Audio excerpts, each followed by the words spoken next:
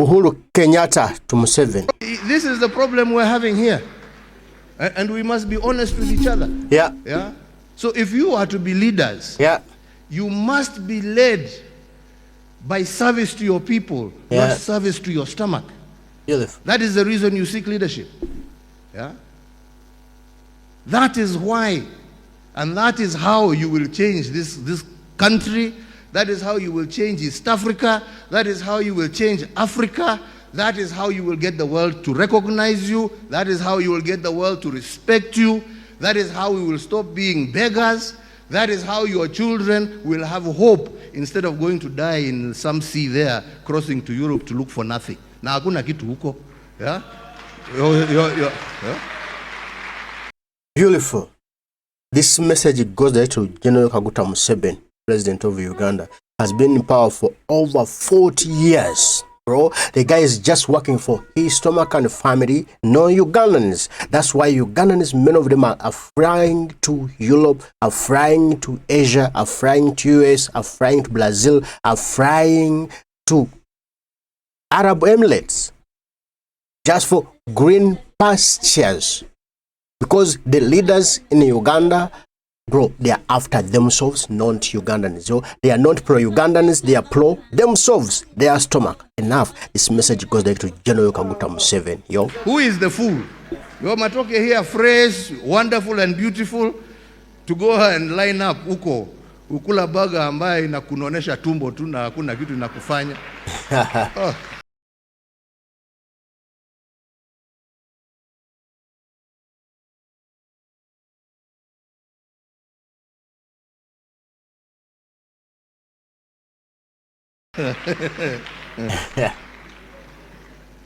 Ama ni namna gani?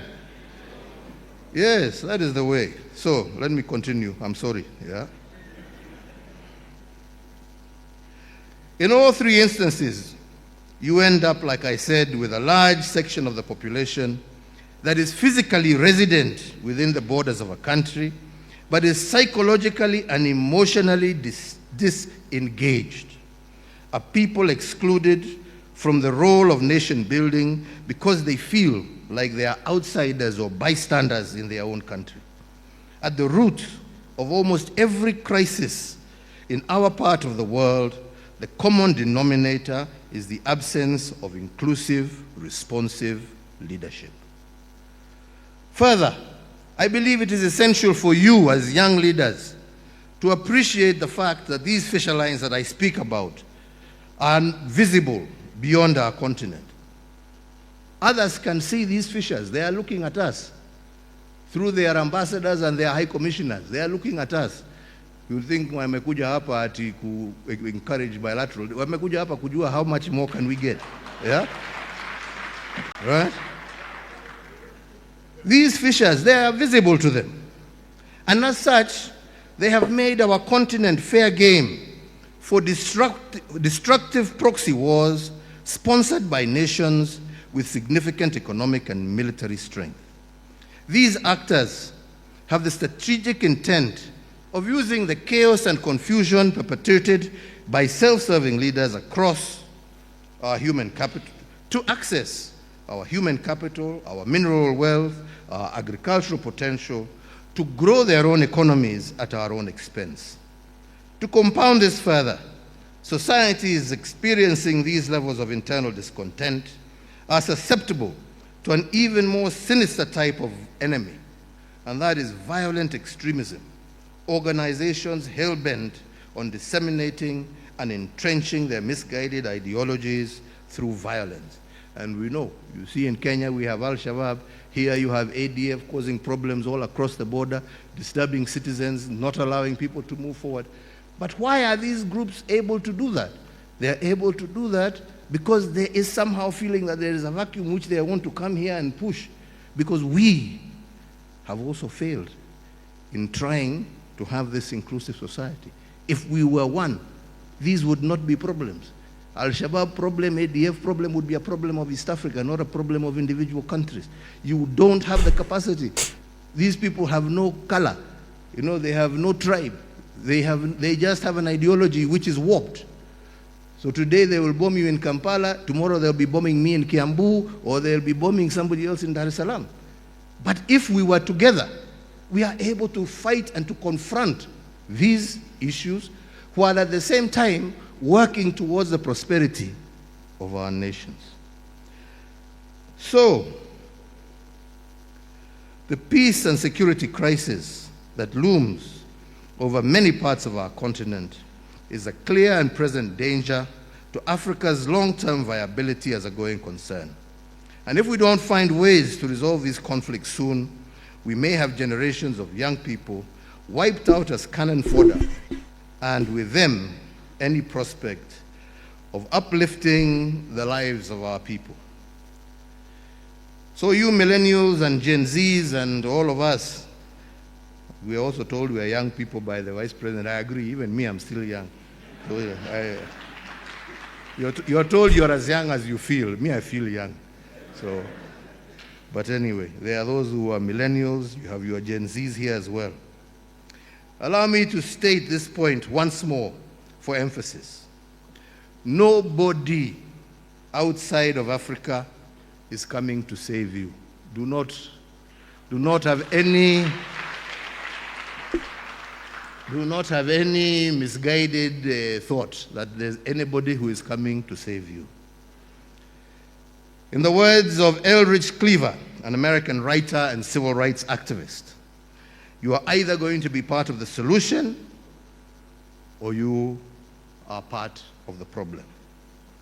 This message holds true today as it did decades ago at the height of America's civil rights movement.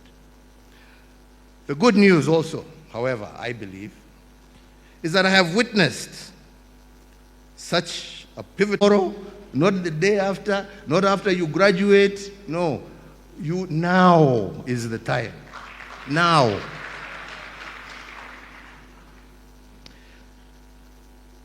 So, like I say, you have the numbers, you have the time, and you have the energy to get involved and stay involved in governance discussions until you effect the change you want to see. Furthermore, you are also the beneficiaries of years of investment in education and digital connectivity. You have the knowledge.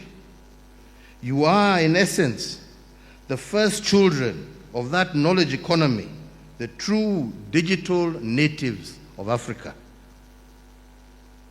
The democratization of access to information through the internet means that very few secrets are left. Very few. Very few secrets.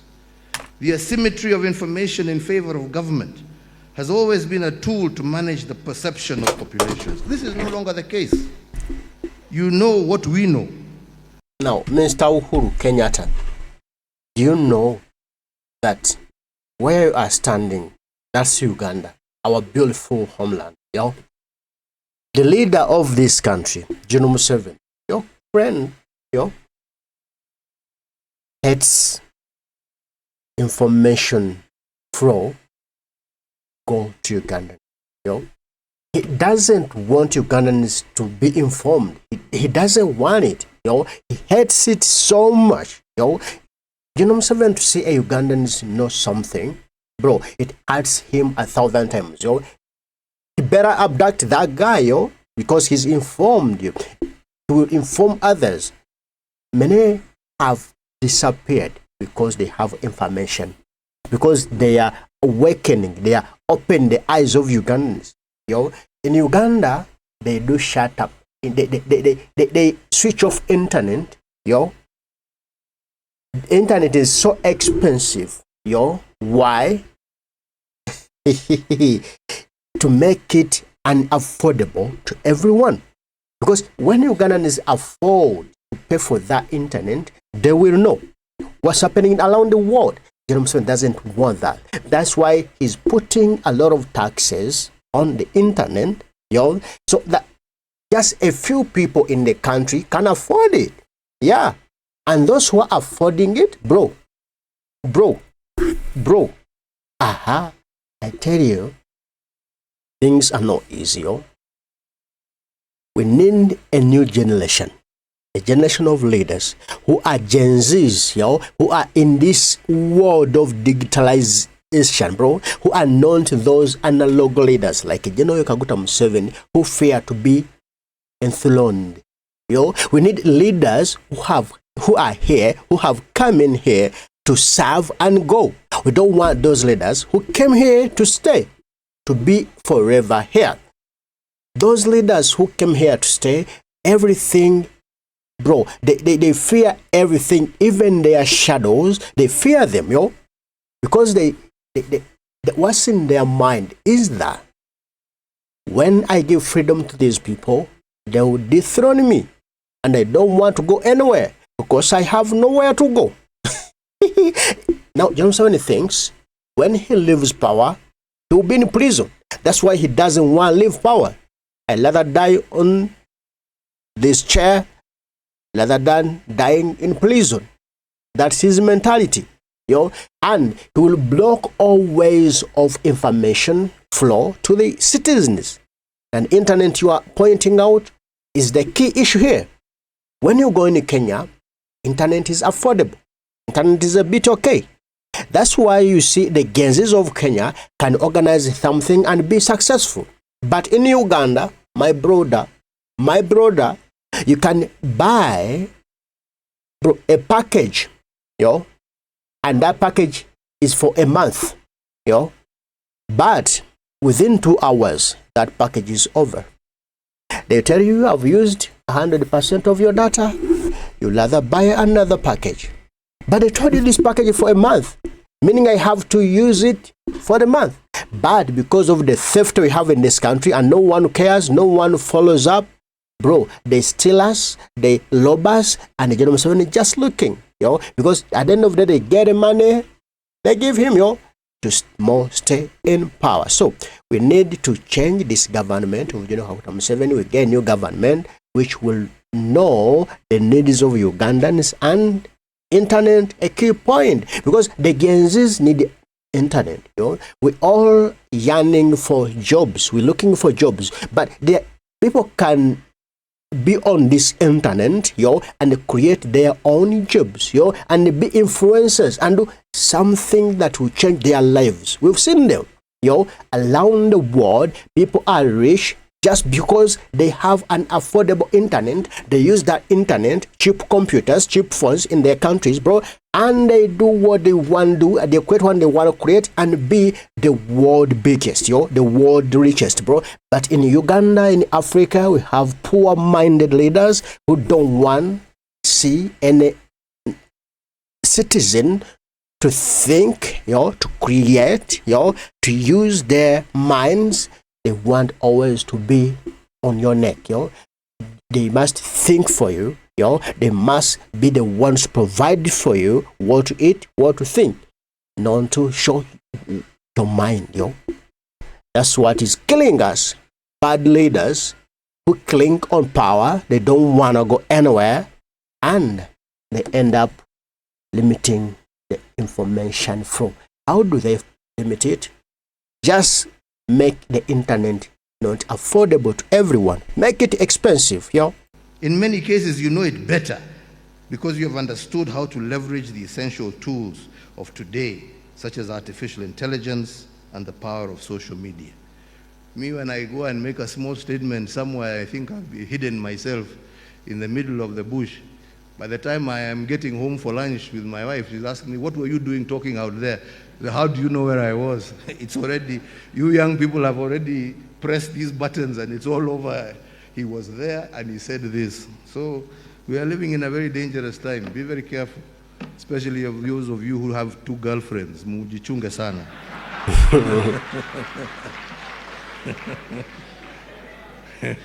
I hear these days they can even follow you, So you can just say, I don't know, follow me or track me, I don't know what.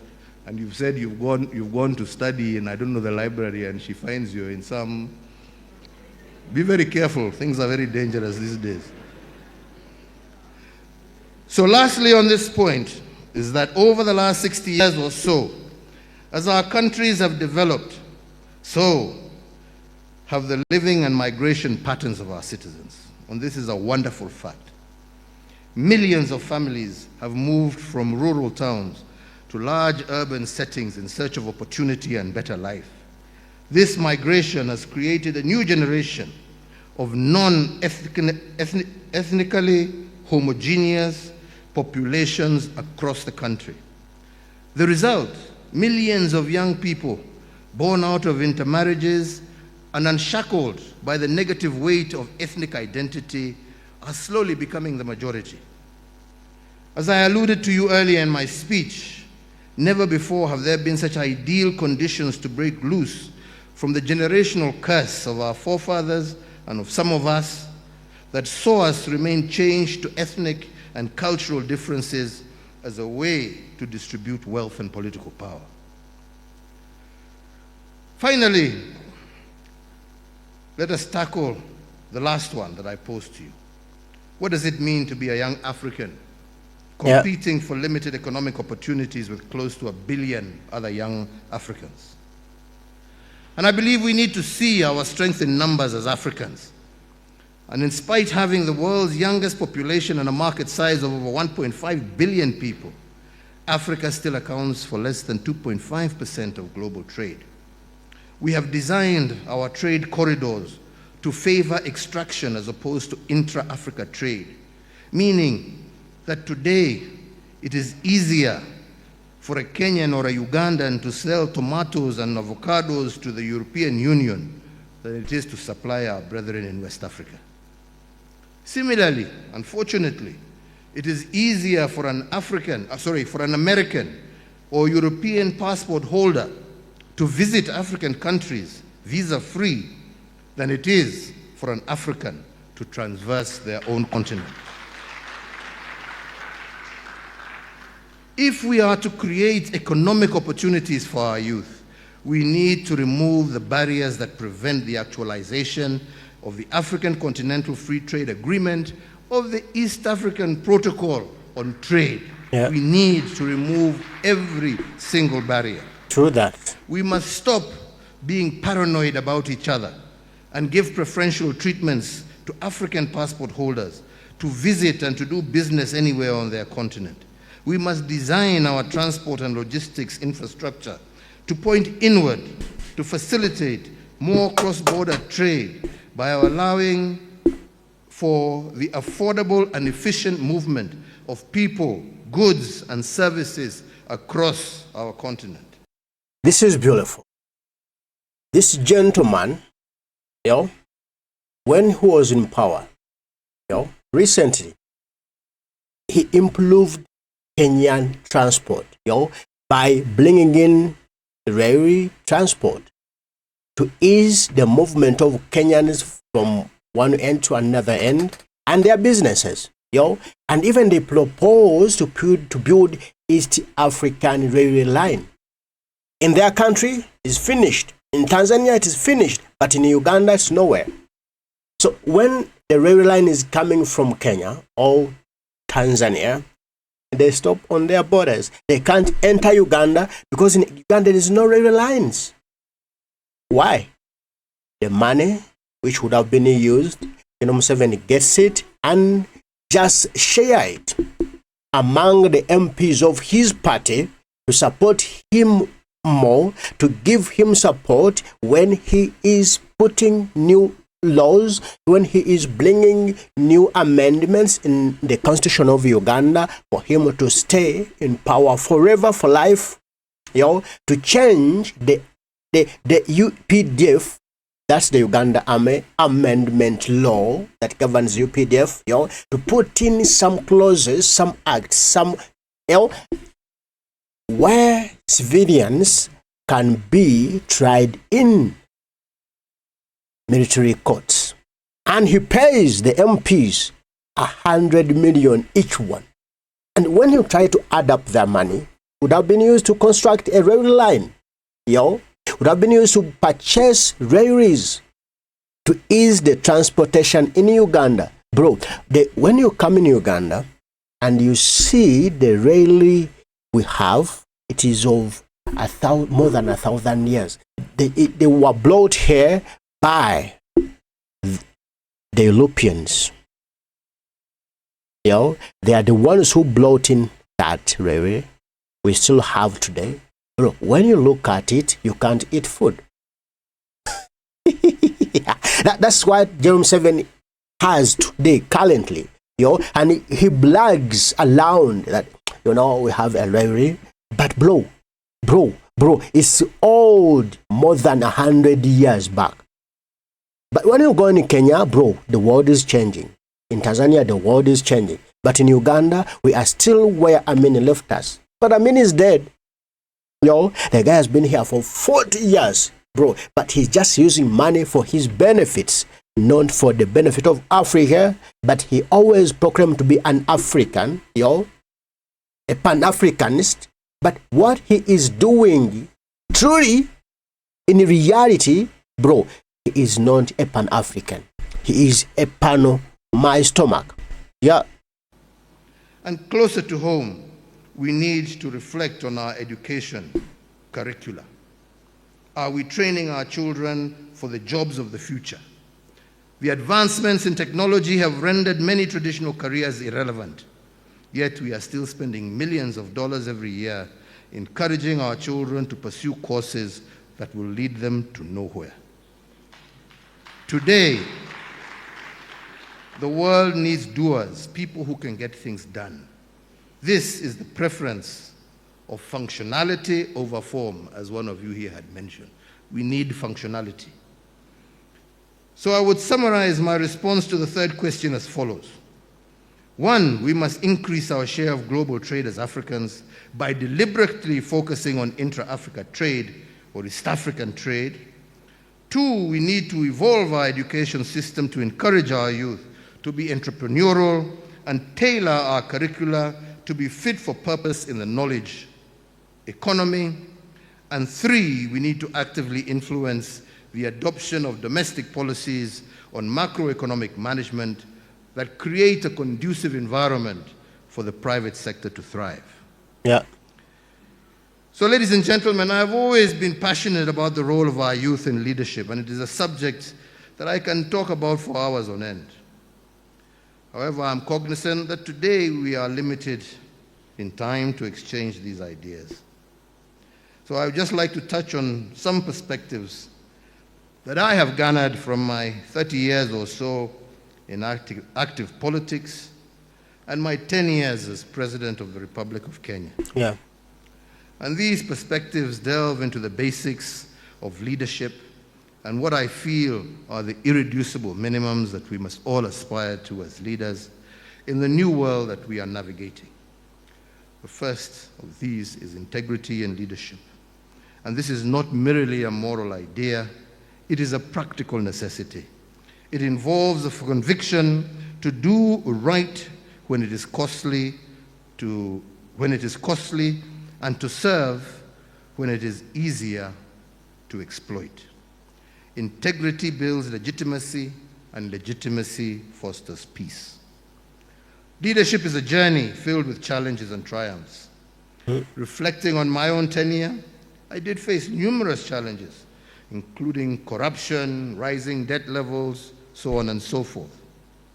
But these experiences taught me that humility, listening, and continuous learning are the core to ethical leadership.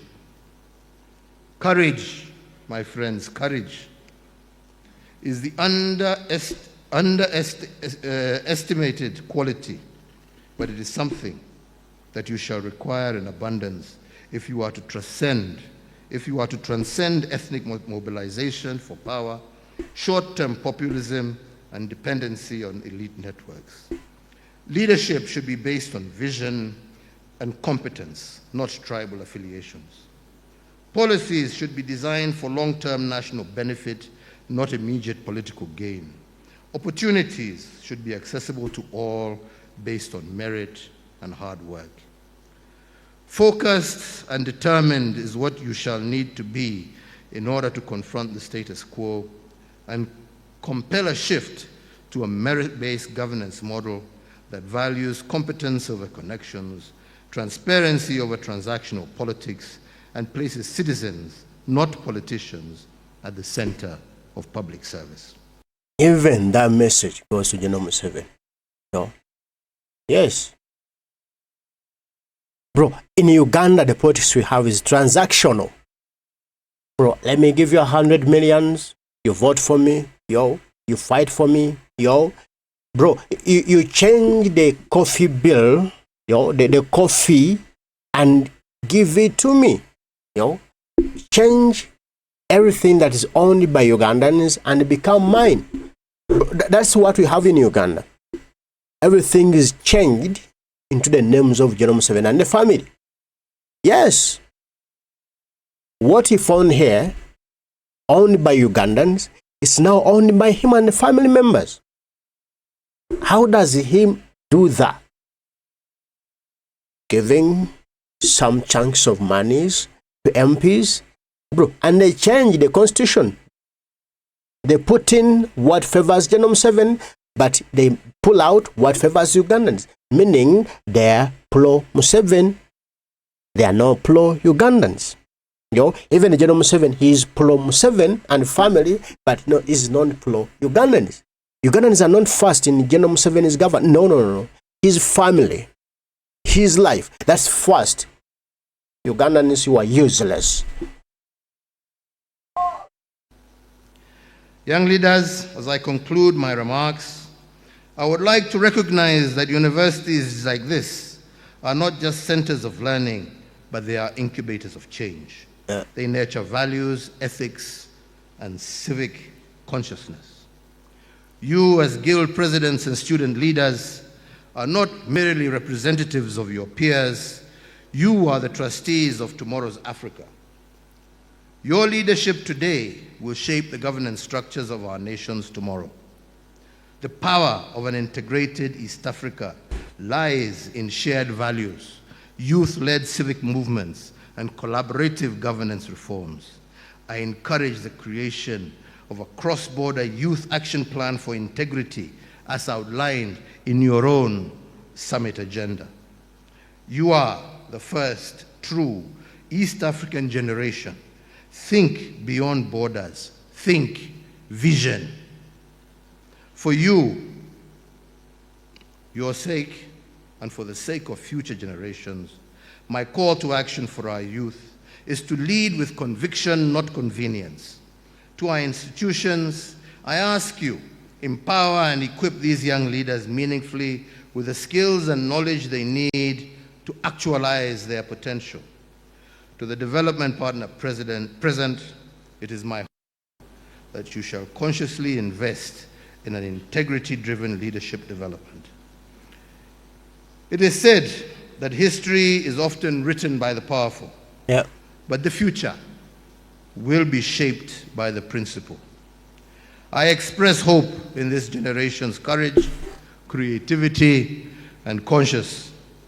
I reiterate support once again for the GPLA's mission and Makerere University's leadership in all of this. Let your voices rise not just as echoes of the past, but as my father said, as architects of a new dawn, an East Africa that works for all and leaves no one behind. I thank you all for your attention. May God bless you. May God bless our beautiful region of East Africa and our wonderful continent of Africa. Asante sana. Thank you very much. Both these examples that I have drawn from, there is a clear illustration of the type of challenges that define the moment that we are currently living in. Conversely, the same examples also provide the perfect segue for us to explore the opportunities that exist for a new generation of young leaders. A generation who will chart a better path for Africa, and I do believe that is what has brought us together this morning. So, ladies and gentlemen, as we seek to navigate the challenges of our time, let us take a moment to reflect on three questions that I believe will serve to frame the context of our discussion, and some of them actually I have already witnessed being raised here today. And the first of these is, what does it mean to be a young African in a world where developed nations are focusing inward, prioritizing their national interests over their global responsibilities. The second is, what does it mean to be a young African living on a continent that has over 35 non-international armed conflicts taking place, with millions facing displacement and food insecurity as a result? And lastly, what does it mean to be a young African competing for limited economic opportunities with close to 1 billion other young people across our continent? These, my friends, are existential questions for you, the young people of Africa, and they cannot be easily answered without a deeper understanding of how we arrived at this point. With the exception of Ethiopia, most of the rest of Africa has a dark colonial past that has, in a large part, been shaped, and has for the large part, shaped by the thinking of post-independence generations. When the wave of liberation swept across Africa in the early 1960s, late 1950s, it heralded new beginnings for all of us, as we have heard from our fathers here. It was an opportunity to govern ourselves and to determine our priorities. As our leaders sought to dismantle the vestiges of colonialism, there was widespread optimism that our newly independent states would create the environment for their citizens to thrive. You heard how, even in East Africa, they wanted from day one to form a federation right from the onset. And for a time, we lived the dream and savored the early wins of being our own masters. However, unfortunately, over time, instead of dismantling the colonial legacy, we inherited it and customized it even further to create a new African style of leadership, a style that leaned heavily on patronage, ethnic and religious mobilization, elitism and favoritism, the result of which was a quick deterioration in national cohesion, the entrenchment of corruption as an evil that led to the stagnation of our economies. There's a story President Museveni likes to tell of a leader, I don't like mentioning names, but one of our forefathers, who, when being questioned as to why he didn't want this federation to proceed, couldn't give a good explanation. But another Ugandan parliamentarian challenged him and said, the problem is that you want to be a big fish in a little pond. Yeah. So that you can sit on all the other little fish. And unfortunately, that was the mentality that resulted in many a problem on this continent. These weaknesses exposed our underbellies and left us vulnerable once again to the whims of foreign powers. They have exposed these vulnerabilities in our political constructs to manipulate our development trajectory as Africans, and unfortunately, we are almost back to square one. This, however, is a story of years gone by. It does not have to be how our future will evolve. Now that you have an insight as to how we got here, I believe let us focus our attention on how to get out of this quandary that we find ourselves in.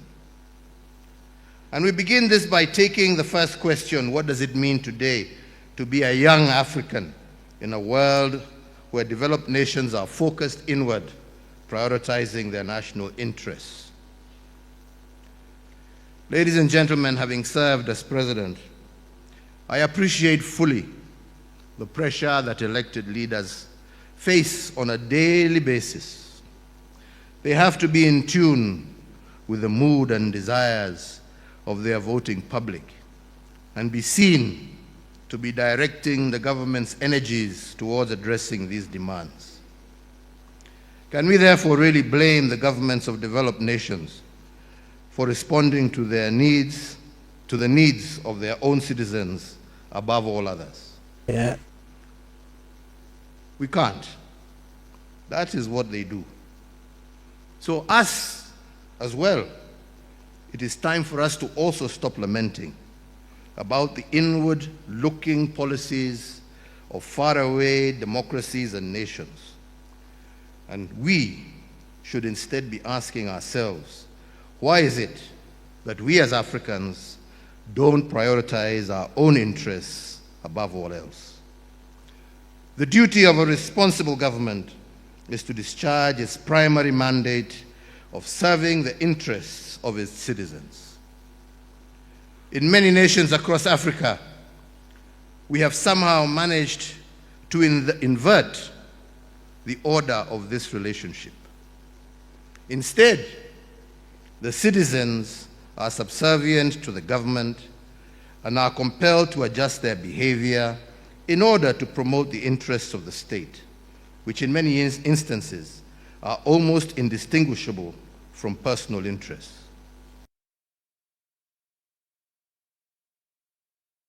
Yeah. Tanza Uhuru Kenyatta, thank you so much. Uhuru Kenyatta. We need leaders like this one. Like this one. But the leaders we have in Uganda, some parts of Africa, they disgrace Africa to this continent.